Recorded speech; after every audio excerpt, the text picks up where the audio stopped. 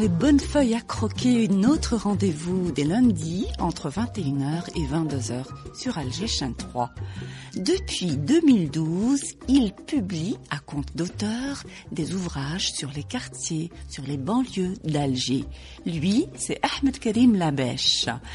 Il a aujourd'hui 9 ouvrages à son actif. Le premier livre a été consacré à Chiraga. Le dernier, en date, sorti en 2019, s'intéresse à El Harrach. Bienvenue Ahmed Karim Labèche et merci d'avoir accepté mon invitation. Merci beaucoup, je vous remercie. Le plaisir est partagé.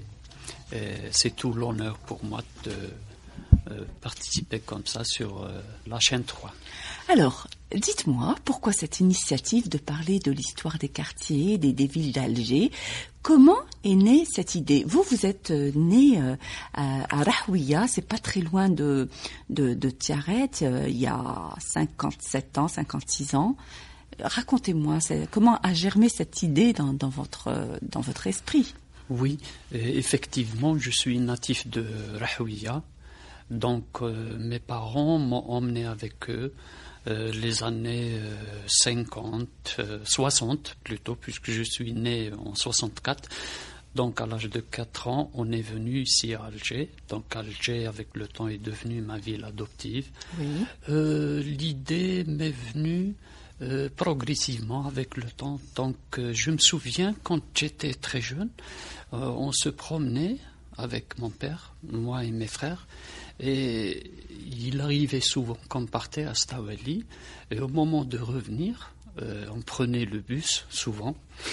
Je me souviens qu'à l'école, dans les manuels scolaires, on nous parlait de la bataille de Stawali, la fameuse bataille de Stawali qui s'est déroulée en 1830, le 19 juin 1830, pour préciser.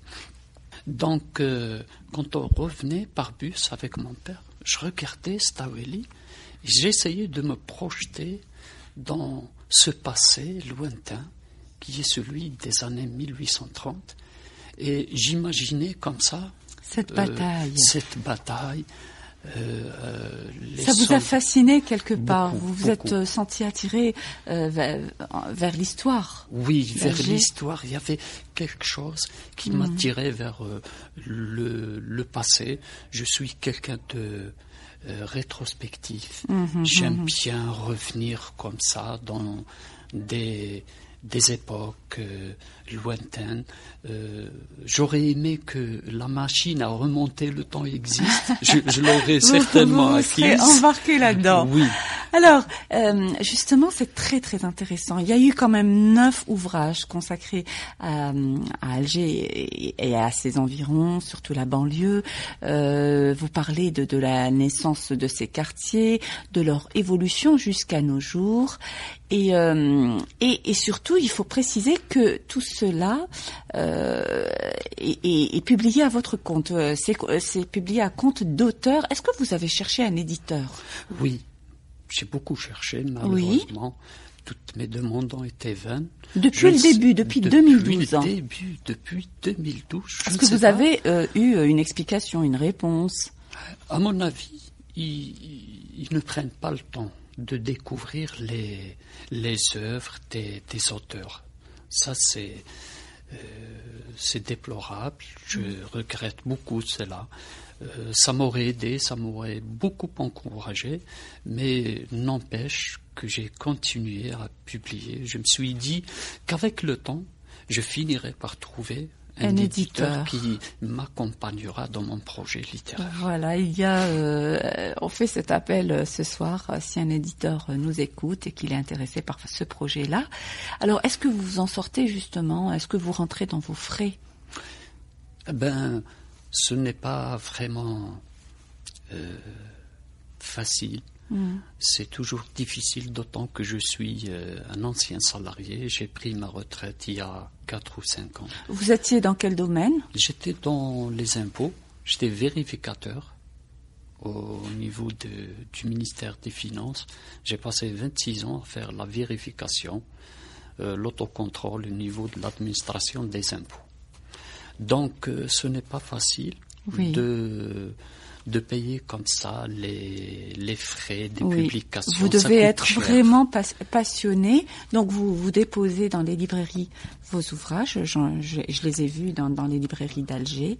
Et vous récupérez l'argent au fur et à mesure. Au fur et à C'est mesure. comme ça. Mais Oui, est-ce que à ça compte se vend d'auteur, bien? oui, Est-ce que oui. ça s'écoule assez rapidement? Ça ne s'écoule pas assez rapidement, Oui. donc le lectorat est un peu, on va pas dire absent, mais il y a très peu de gens qui lisent le Et livre. peut-être qu'ils savent pas que ces ouvrages existent. Donc, on va rappeler un peu les titres. Il y a Chiraga, une banlieue d'Alger, avec deux versions, deux éditions, une en 2012, une en 2014.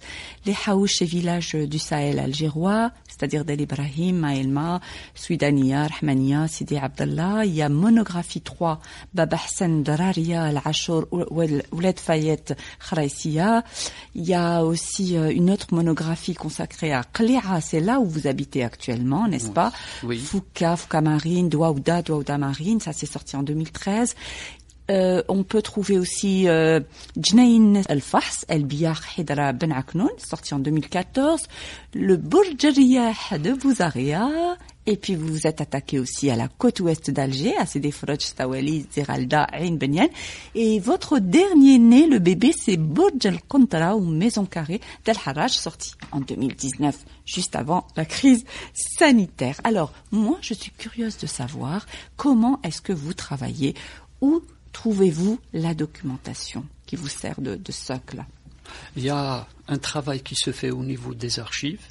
Donc il y a des fonds documentaires au niveau des bibliothèques. Il y a la Bibliothèque nationale, il y a le Bastillon 23, il y a la bibliothèque diocésaine d'El-Pierre. Oui. Il y a des fonds documentaires. Donc vous déplacez là-bas, oui. Et vous faites vos recherches sur place. Oui, je fais les recherches sur place. Il y a beaucoup d'ouvrages à consulter.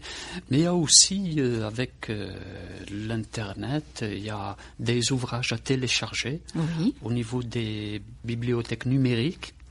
Comme la BNF, ça permet de télécharger plein d'ouvrages, d'anciens ouvrages.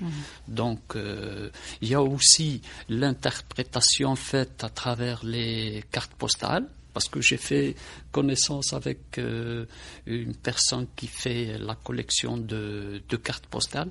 Et à travers ces cartes postales anciennes, je fais l'interprétation des sites, le changement, l'évolution du patrimoine bâti, etc. Voilà. C'est-à-dire que vous avez ces anciennes cartes postales en noir et blanc qui vous permettent d'avoir un regard sur l'évolution de la ville peut-être et de comparer avec les informations que vous trouvez. Oui. Et comment vous avez accès à cette iconographie justement? C'est toujours sur Internet? En ce qui concerne les cartes postales, j'obtiens cela à travers une connaissance. Oui. C'est quelqu'un qui aime beaucoup faire la collection de cartes postales, anciennes cartes. Il y a aussi des sites spécialisés, c'est bien de le souligner, des sites spécialisés dans la vente d'anciennes cartes postales. Est-ce que c'est libre de droit ou vous devez payer quelque chose? Quand on illustre avec une ancienne photo ou une carte postale, par exemple, de Jomon, par exemple, est-ce qu'on doit payer quelque chose ou c'est libre de droit? Quand ça dépasse 20 ans, c'est libre de droit. Ça tombe du domaine public. Dans le domaine public. D'accord. Donc après 20 ans, c'est libre de l'utiliser. Donc c'est ce que vous avez fait. C'est ce que j'ai fait et ça m'a beaucoup aidé, la carte postale. J'utilise aussi les cartes géographiques, les quotidiens de l'époque coloniale. Tout ça réuni me permet d'avoir un fonds documentaire riche. Et aussi, puisque j'ai lu vos livres, vous avez recueilli quelques témoignages d'anciens algérois aussi. Oui, les habitants de l'Algérois. Oui, ce n'est pas négligeable, c'est vrai. Ça m'aide beaucoup. Ça m'aide dans la recherche de l'origine de la toponymie. Oui. L'origine du nom du lieu, comme par exemple, je vais citer l'exemple de Burj Riyah, Bouzerria. On ne savait pas que c'était Burj Riyah auparavant. Donc il fallait chercher. C'était des gens qui habitaient, d'anciens habitants, des personnes moins jeunes, qui m'ont expliqué que Bouzerria s'appelait Burj Riyah. Et bien sûr, j'ai dû confronter cela avec les ouvrages historiques, parce que je lis beaucoup d'ouvrages historiques. Ça me permet d'enrichir mes connaissances. Donc, d'avoir la bonne version par recoupement. Par exemple, pour Burj Bouzerria, il y a 2 versions. On dit que c'est Baoussariyah, parce que je crois que c'est le point le plus haut d'Alger. C'est la rencontre des vents. Il y en a qui disent aussi que c'est par rapport à la graine. Alors, c'est quoi la bonne version, justement? Justement, c'est ce qui m'a encouragé à aller chercher le fond, la vraie version de ces dénominations, de cette toponymie. Je fais un travail de normalisation un petit peu, c'est-à-dire revenir vers l'origine authentique de l'appellation, parce que j'ai vu qu'il y avait des définitions, des explications, des interprétations d'origine, dénomination un peu éloignées de la réalité. J'ai voulu combler un petit peu, corriger ces altérations, comme par exemple Burj Riyah. C'est-à-dire j'avais eu l'intime conviction que c'était Burj Riyah. Pourquoi? Parce que le Sahel algérois, donc quand je parle du Sahel algérois, c'est le Fars algérois en partie.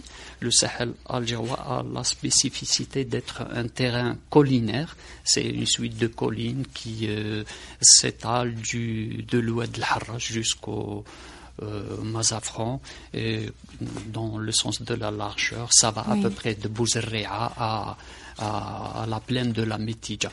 Donc dans le Sahel algérois étaient implantés des bords qui servaient à la surveillance aux troupes des janissaires. Burj veut dire fort, un fort, fort. Il y avait de l'époque ottomane. De l'époque ottomane. Et pendant l'époque ottomane, il y avait des bords comme ça qui étaient placés à de distance en distance, on plaçait des bords pour maintenir l'ordre, et donc Bouzerria, son appellation d'origine, c'est Burj Riyah. Donc c'est vrai qu'avec le temps, la dénomination a été altérée, beaucoup altérée par les journalistes de l'époque coloniale, donc eux qui n'excellaient pas dans le langage arabe, donc ils ont peu à peu modifié. Ça a été un peu trop modifié pour devenir Bouzerria. Et ce Burj, est-ce qu'il existe toujours, ce fort? Le fort, malheureusement, il n'y a aucune trace de ce Burj. D'accord. Donc, en fait, vous êtes le seul à mentionner cette origine de Burj. Exactement. Oui, exactement. Voilà. Comment on peut être sûr à 100% que ce Burj a existé? Est-ce que vous avez retrouvé, par exemple, des photos? J'ai retrouvé des illustrations, des textes, beaucoup plus des textes qui parlent et qui donnent l'appellation de Burj Riyah textuellement. Dans plusieurs ouvrages, on cite Bouzerria et on le dit explicitement que c'était l'ancien Burj Riyah. Et il y avait aussi des documents de transactions, de patrimoine, qui citent Bouzerria, qui le citent comme étant Burj Riyah. En tout cas, à l'époque coloniale française, on disait la Bouzerria. La Bouzerria. Alors, je voulais vous demander, est-ce qu'il faut être historien pour écrire sur l'histoire d'une ville? Non, pas du tout. Il suffit d'être un passionné. comme vous l'êtes. Oui. Je voulais parler de Chiraga, donc une banlieue d'Alger qui s'est agrandie. Vous avez à votre actif 2 éditions qui lui sont consacrées. C'est une banlieue d'Alger où vous avez habité plus de 20 ans, c'est bien ça? 26 ans. 26 ans. Vous avez commencé d'ailleurs par là, en 2012, et puis vous avez rajouté une version revue et augmentée. Est-ce que ça signifie qu'au cours de vos recherches, vous êtes tombé sur des informations que vous n'aviez pas au préalable, au début, en 2012? Oui, c'est en principe toujours ça la motivation, c'est-à-dire c'est d'avoir trouvé des renseignements nouveaux qui méritent d'être publiés. Et c'est pour ça qu'on apporte de temps en temps des mises à jour dans des monographies qui ont été publiées, parce que la première publication datait de 2012, et après je me suis dit qu'il fallait republier l'ouvrage puisqu'il y avait des informations nouvelles. C'était en quelque sorte une version un peu augmentée. D'accord. Alors dans ce livre, justement, Chiraga, vous citez plusieurs batailles peu connues du public. Vous en avez cité tout à l'heure une, la bataille de Staweli en 1830, celle de Sidi Khalef également, celle de Del Ibrahim. On est curieux de connaître un petit peu, en savoir un peu plus sur la bataille de Staweli. C'était au début de la colonisation française. Oui, au tout début, c'était le 19 juin 1830, la bataille a commencé. Pour rappel, les troupes royales françaises ont débarqué à Sidi Frej le 14 juin. Et donc, il y a eu quelques escarmouches le 14 juin, mais la vraie bataille s'est déroulée le 14 juin. Et ce que j'ai appris, c'est que la bataille de Staweli, elle tient cette dénomination, elle a été dénommée comme ça. Pourquoi? Parce que le colonel Boutin, l'espion qui a aidé les troupes royales françaises à choisir Sidi Frej comme lieu de débarquement, et parce que auparavant, les nations étrangères, elles essayaient de pénétrer par Oued el-Harrach. Et c'était la seule fois qu'on choisissait Sidi Frej comme lieu de débarquement. Et c'était grâce au colonel Boutin, cet espion qui a été envoyé par Napoléon Ier en 1808 pour récolter les informations sur la régence d'Alger. Pour rappel, cet espion, il a son monument qui se dresse toujours au niveau de la ville de Del Ibrahim. C'est un minaret qui se dresse encore dans le centre-ville, juste à côté du bois d'Écart, à peu près à 200 mètres du bois d'Écart. Dans le centre-ville, il y a une espèce de minaret qui a été dressé en son souvenir. Et c'est comme pour dire que l'espion, le colonel Boutin, est arrivé en ces lieux en 1808 et ça reste toujours, ce minaret. C'est un souvenir de ce qui s'est passé pendant la période ottomane. Donc voilà, la bataille de Staweli, elle s'est achevée, le gros de la bataille s'est achevé au niveau de Bouchaoui, domaine de Bouchaoui. Et dans le domaine de Bouchaoui, il y a toujours les palmiers légendaires. Il en reste 2. Dans le domaine Dans le domaine de Bourgeot. Là où il habitait, oui. L'ancien colon. Il y a toujours les 2 palmiers légendaires qui sont là. Ils sont toujours là, effectivement. Ils sont toujours là. Et la bataille s'est achevée au niveau de Bouchaoui. Alors, il est temps d'écouter une petite chanson. Comme d'habitude, comme on le fait de coutume, nous vous avons demandé de choisir 2 chansons. Et pour la première, c'est Ahlan wa Sahlan des Orientales. On l'écoute, qui vient nous parler de ces 9 ouvrages consacrés à Alger et à sa banlieue, dans les bonnes feuilles à croquer. Nous allons parler d'El Biar, auquel vous avez consacré aussi de larges écrits. Voilà. El Biar, et on le sait tous, appelé ainsi en raison du nombre élevé de puits. El Abiel, voilà. Mais moi, je voulais vous poser la question parce que sur un autre point, vous parlez de Djnen Arbabier qui se trouve au carrefour de Châteauneuf. Et aussi, vous parlez de Sbabier. Oui. Voilà, racontez-nous C'est où C'était des domaines qui ont existé à l'époque, depuis l'époque ottomane. Oui, c'était des haush. Oui, haush parce que haush c'était constitué de 3 parties, c'est-à-dire une partie pour l'habitation, une partie pour l'agriculture, une partie pour le bétail, pour l'élevage des animaux. Oui. Donc c'est pour ça qu'on dit haush. Haush, contrairement au Djenan qui est connu pour l'habitation principale de style mauresque, c'est-à-dire le palais d'été. Donc il y avait des haush à l'époque ottomane et qui avait cette appellation par rapport au nombre de puits qu'elle détenait, qu'elle abritait. Donc il y avait haush des 7 fontaines, Seb'abière, et c'était au niveau de Châteauneuf. Et maintenant il y a à cet emplacement le lycée Bouatoura.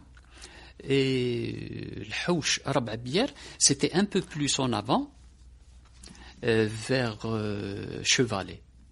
Donc on ne connaît pas l'emplacement exact de haush Rab'abière, contrairement à celui de Seb'abière. Seb'abière, on connaît son emplacement.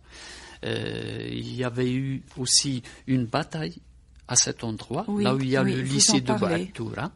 Une bataille, c'était la bataille d'El Pierre qui avait commencé en date du 29 juin 1830. Parce que dans sa progression, l'armée royale française, il y avait des accrochages comme ça qui ont eu lieu de part et d'autre du chemin national 41. Vous dites aussi qu'El Biar était le nom donné à un bateau de voyageurs qui assurait la liaison entre les 2 rives de la Méditerranée, un bateau qui a été mis en service le 15 mars 1928. Il y a eu un bateau qui s'appelait El Biar. Oui, j'ai trouvé ça dans les archives. Oui. Donc j'ai essayé de donner le plus de dénomination, d'appellation qui rappelle la ville d'El Biar, pour dire qu'il n'y a pas que El Biar qui a ce nom, il y a un bateau aussi qui a porté ce nom. Il y a, je crois aussi, une ville dans l'est de l'Algérie qui porte le nom El Biar. Oui, vous le citez. En tout cas, voilà, on va de découverte en découverte dans vos livres. Et à propos de Châteauneuf, allez, on n'est pas très loin d'El Biar, on continue sur la lancée, page 87, vous dites Châteauneuf tiendrait son nom d'une fortification qui a été conçue pour des considérations sécuritaires. On l'appelait au début de l'occupation la redoute du Carrefour.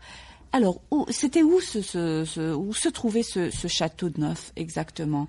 On tient son origine, le nom de Châteauneuf. Oui. On tient son origine, on sait que c'était une ancienne forteresse qui avait un petit peu l'aspect d'un château. Il faut se remettre dans le contexte, les années 1830.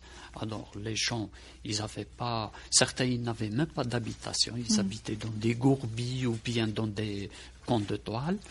Alors quand ils voyaient une construction avec de la pierre un peu soignée, et on lui donnait le nom de château.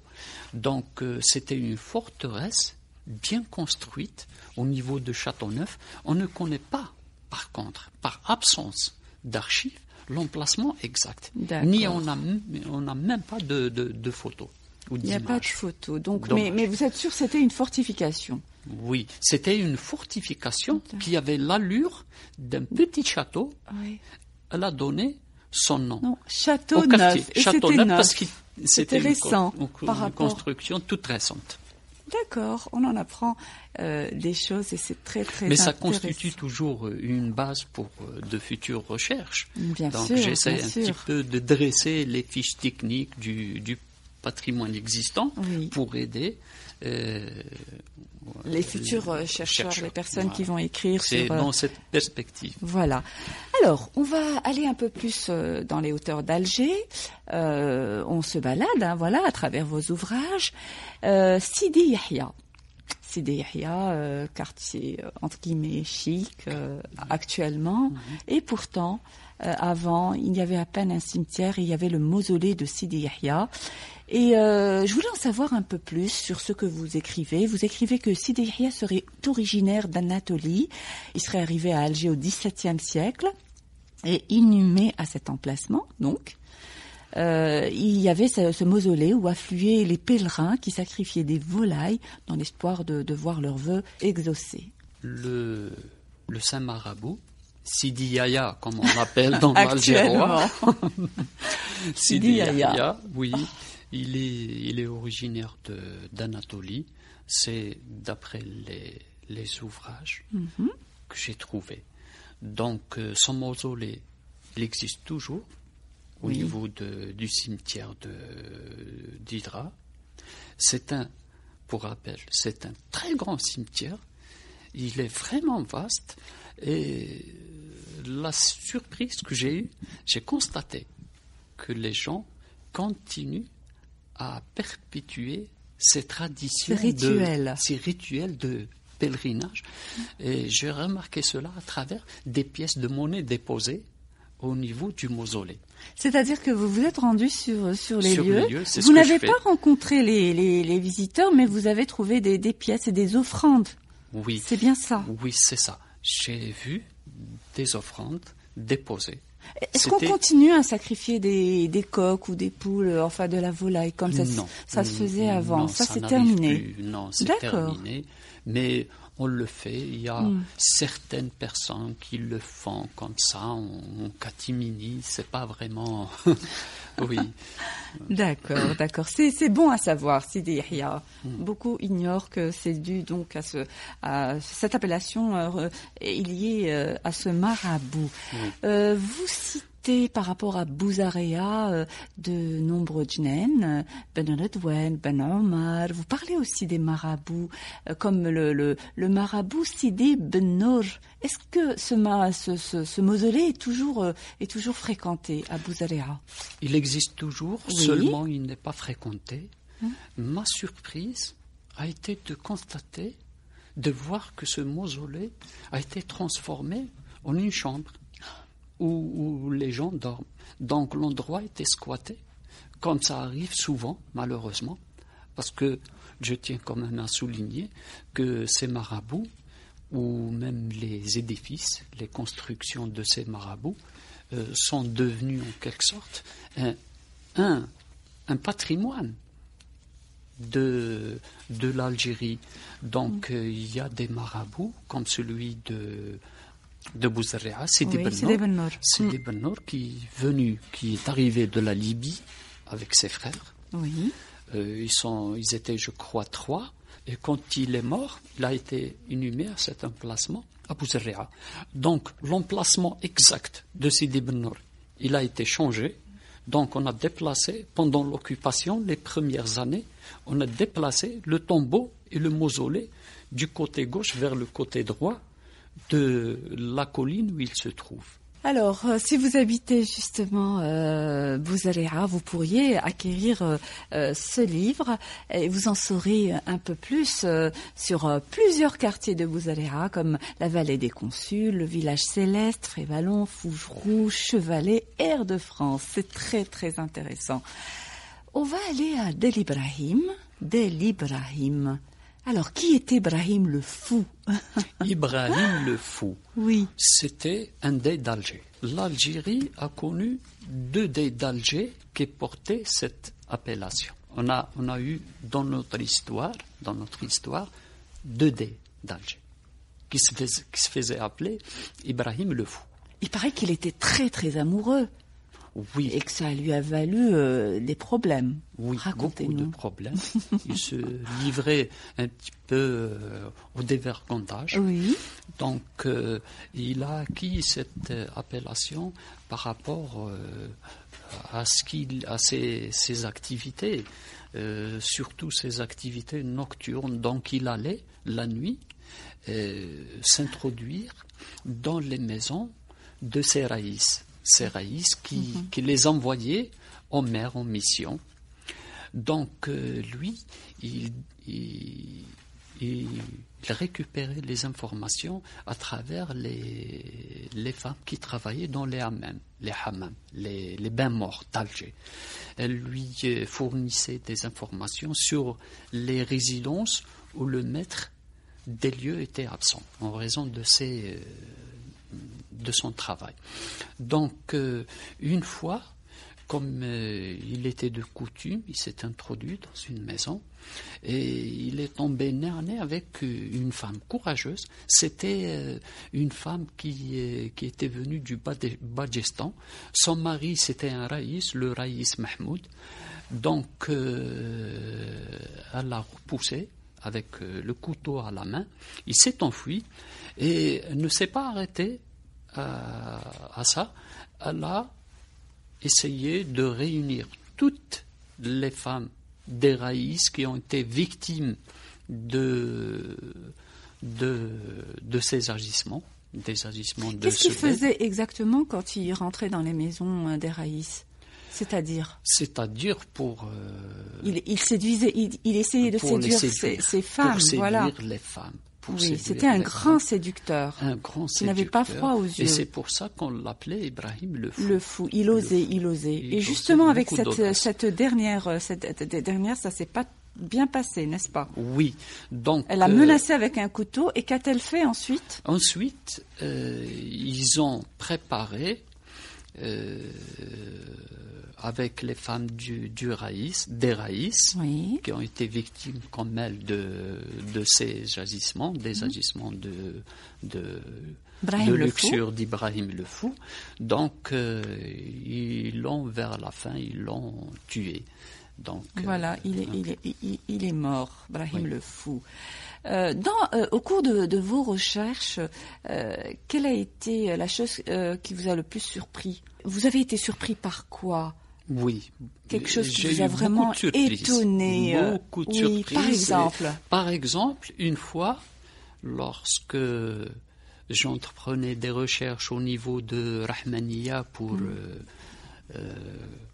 essayer de décrire la monographie de cette ville, oui, j'ai demandé aux gens qui habitent à Rahmaniya, Sainte-Amélie, ça s'appelait Sainte-Amélie. Ex-Sainte-Amélie.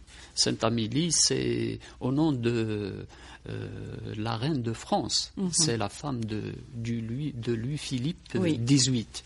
Et son fils, pour rappel, Saint-Ferdinand, il avait le nom de la ville de Souidania. Tout à fait. Voilà.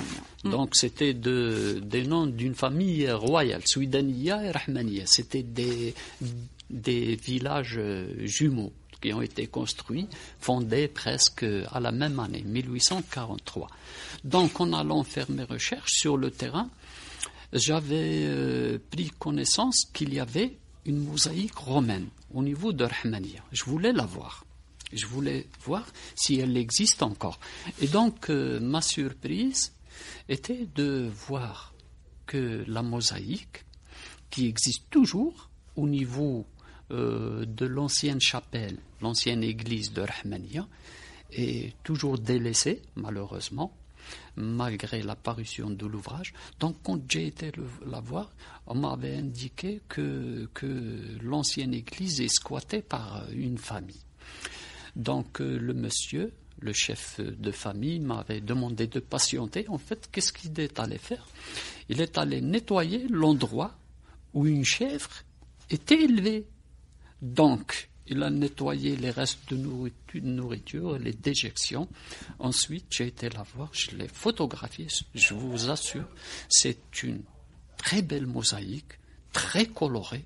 Elle porte le nom des familles qui habitaient dans la villa, parce que avant de construire une église, il y avait là une ancienne villa pendant l'époque romaine. Oui. Donc le nom des deux Romains qui étaient propriétaires de la villa, ils sont toujours inscrits sur la mosaïque, cette belle mosaïque. Ce qui est triste vraiment, c'est de savoir que ces lieux d'histoire sont négligés, un patrimoine oublié, ignoré. Oui. C'est surtout ça qui fait très mal. Deuxième pause musicale, Ahmed Karim Labèche.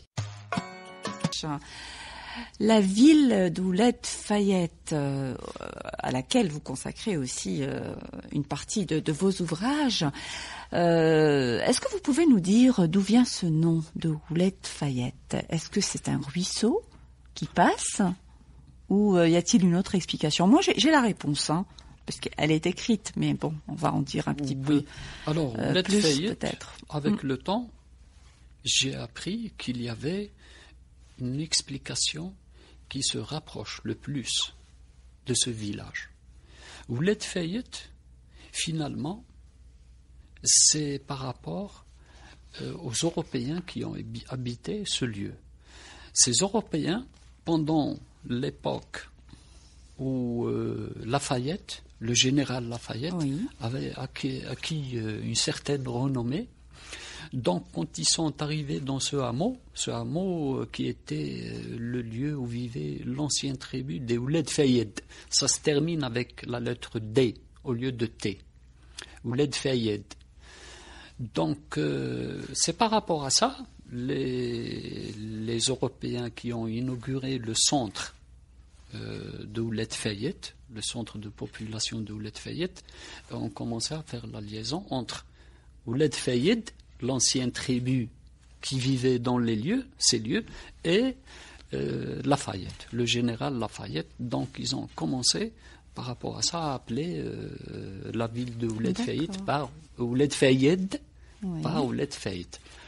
Au début, j'avais donné, c'est vrai, une explication, mais j'ai manqué de beaucoup d'ouvrages. Mais avec le temps, j'ai réussi à trouver l'explication exacte. Comme quoi, il faut persévérer dans ses recherches. Oui.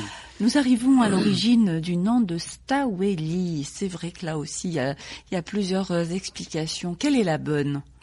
La bonne, c'est le patron des saints marabouts. Le patron des saints marabouts. Oui, le patron des saints marabouts. Staweli, c'était une appellation d'origine turque. Donc c'est comme pour désigner le patron des saints marabouts. On en sait aussi davantage sur la côte ouest d'Alger. Hein. Voilà, c'est des Frudj. Après Staweli, c'est des Frudj. Vous citez une légende liée à un marabout, une très très belle légende. Est-ce que ça a vraiment existé ou c'est juste une légende justement? Et on va la raconter. De vérité. Est-ce qu'on peut la raconter à nos auditeurs, justement? Oui, on peut la raconter, bien sûr. Dans cette légende, moi, je pense qu'il y a beaucoup de vérité. Je vais essayer de donner un petit extrait par rapport à cette légende. Alors, on parle de ce saint marabout qui vivait dans cette presqu'île. D'ailleurs, ce saint marabout, il est arrivé de la ville de Koléa, qui n'est pas très loin. Oui. Donc, il a été un jour enlevé par un marin qui venait auprès des côtes algériennes. Et pour rappel, Sidi Fred s'appelait Torrechita, la petite tour en espagnol. Pourquoi? Parce que la mosquée, peu de gens le savent, il y avait une mosquée, pas qu'un mausolée. Il y avait une mosquée, et cette mosquée avait une petite tour qui était dotée de 2 ou 3 canons. Donc, quand on voyait la petite tour, le minaret de loin, les Espagnols l'appelaient Torrechita, la petite tour. Donc, Sidi Fred a été enlevé sur le bateau et pour être amené en Espagne pour le vendre dans un marché d'esclaves. Mais le bateau... On est à quel siècle là? On est à peu près, il faut remonter à 4 siècles à peu près en arrière. Donc on est à peu près au 16e. Au 16e siècle. 17e, tout au plus. Donc il est enlevé, ce marabout, emmené en Espagne pour être vendu en tant qu'esclave. Dans un marché d'esclaves. Oui. Mais l'embarcation s'est stabilisée. Elle n'avançait plus. Elle s'est arrêtée. D'accord. Donc, figé. Ils se sont dit, il y a quelque chose. Ils sont allés chez le marabout, ils lui ont posé la question, ils lui ont dit, qu'est-ce qui se passe? Il leur a dit, je suis un marabout, je suis très vénéré, et vous avez fâché le bon Dieu. Donc il faut... Il était très malin. Oui, il faut me faire descendre du bateau, comme ça vous pouvez repartir. Ils l'ont débarqué sur le rivage, mais le bateau n'avançait toujours pas. Alors comment ils l'ont débarqué s'il n'avançait pas le bateau? Et peut-être avec des petites embarcations, parce que dans un voilier, un grand voilier, il y a toujours des petites embarcations pour rejoindre la côte. Alors Donc, une fois qu'il a mis pied sur terre... l'embarcation, le bateau n'avançait toujours pas. Oui. Ils sont allés chez lui demander, mais monsieur le marabout, on vous a Faites libéré. quelque chose. Oui, on vous a libéré, mais vous le plaît, bateau libérez-nous. n'avance pas. Il leur a dit, vous savez, j'ai oublié mes babouches dans le bateau. On lui a remis ses babouches et effectivement, le bateau s'est mis à avancer.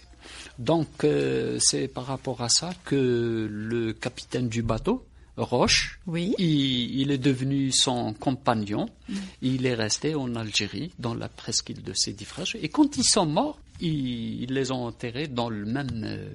Dans le mausolée. Ils sont dans le enterrés même tous mausolée. les deux dans le mausolée Dans de le Sidi mausolée. Fraj. Le Mais après, mausolée qu'on pouvait visiter, il y a longtemps, dans les années 80. En 1847, le 16 juin, les autorités françaises ont décidé d'exhumer les corps et de les transporter au niveau de Oued Laggar. En tout cas, le mausolée à Sidi Fraj, il existe toujours. Je ne sais pas si on Sidi peut Fraj, il rentrer. n'existe pas. Ah, N'existe c'est pas. fermé, mais l'édifice est toujours là, non? Quand L'édifice a j'étais été petite, on y détruit. allait. Il a été Et détruit. qu'est-ce qui existe alors? Il y a une construction. Il y avait une construction, une forteresse. D'accord. Après, elle a été transformée en théâtre de plein air. Mais le mausolée et la mosquée ont été détruites. D'accord, c'est bon à Ils ont savoir. été transportés au niveau du cimetière de Oued Laggar. Oued Laggar, c'est-à-dire le ruisseau des femmes stériles, au niveau de la forêt de Zeralda. Oui, on pourrait Et parler parce des que heures les comme ça femmes, avec les- vous. oui. Après tout, on passe en revue 9 de vos ouvrages. Et il faut aller vite. Je voulais vous demander aussi quels sont les autres quartiers et villes auxquels vous allez vous intéresser. Qu'est-ce qui est sur le feu là? Sur Qu'est-ce que vous le- nous préparez? Oui, j'ai un travail de préparation, de monographie qui seront dédiés à Cuba, Hussein Dey. C'est toujours la banlieue, le Fars Vous algérois. restez toujours dans la banlieue. Oui. C'est le territoire que j'ai d'ailleurs choisi dès le début, c'est-à-dire m'intéresser beaucoup plus à la banlieue d'Alger parce que j'ai vu que c'était un territoire un peu délaissé. En tout cas, et Alger Centre, non? Alger Centre, ce sera peut-être vers la fin. Vers la fin. Il y a beaucoup d'ouvrages, en tout cas, sur Alger Centre. Ce qui est rare, plutôt, c'est la banlieue. C'est la banlieue. Tout à fait. Eh bien, on arrive à la fin de l'émission et comme d'habitude, je vais vous soumettre à un test de personnalité, le questionnaire de Proust. Vous allez répondre du tac au tac. On veut vous connaître, cerner votre personnalité, Ahmed Karim, la bêche, votre vertu préférée. L'enthousiasme. L'enthousiasme, la qualité que vous préférez chez un homme. Spontanéité. La qualité que vous préférez chez une femme. La gentillesse. Le principal trait de votre caractère. Audacieux. Ben oui, il est audacieux. Un fonctionnaire des impôts qui devient écrivain, qui s'intéresse à sa ville, c'est juste extra. Ce que vous appréciez le plus chez vos amis. La spontanéité, je l'ai dit, non? Ben, c'était autre chose, mais bon, on garde. J'aime bien les gens spontanés. Quel est votre principal défaut? La précipitation. Quelle est votre occupation préférée? Les recherches en histoire. Ça, on l'aurait compris. Les découvertes. Quel est votre rêve de bonheur? Sauvegarder la majorité du patrimoine algérois. Quel serait votre plus grand malheur? De s'arrêter en si bon chemin. Quelle est la couleur que vous préférez? Le bleu. Quelle est la fleur que vous aimez? La rose de couleur grenat, la baccara. Elle est parfumée en plus. La baccara. L'oiseau que vous préférez? L'hirondelle. Et l'hirondelle. Une hirondelle ne fait pas le printemps, toutefois. Oui. Comment aimeriez-vous mourir? Sans trop souffrir. Quel est votre état d'esprit actuel? Motivé. Quelles sont les fautes qui vous inspirent le plus d'indulgence? L'oubli. Quel est le personnage historique que vous détestez le plus, vous qui écrivez sur l'histoire? Nostradamus. Quelle est votre devise dans la vie? Surmonter les obstacles. Eh bien, parfait. Voilà. C'était un plaisir de partager cette heure avec vous. J'espère que vous aussi, vous avez passé un bon moment en notre compagnie. Vous nous avez baladé dans les hauches algérois, dans la banlieue d'Alger. On a été un petit peu partout. Et j'invite nos amis, vraiment auditeurs, à vous encourager à acheter ces livres qui sont dans les bonnes librairies. Vous pourrez trouver des informations précieuses relatives à vos quartiers, pratiquement tous les quartiers d'Alger, les quartiers de la banlieue. Ahmed Karim Labèche, merci beaucoup. Et bonne continuation. Merci à vous, amis auditeurs, de nous avoir suivis. Merci à Hind Janhia qui a réalisé cette émission.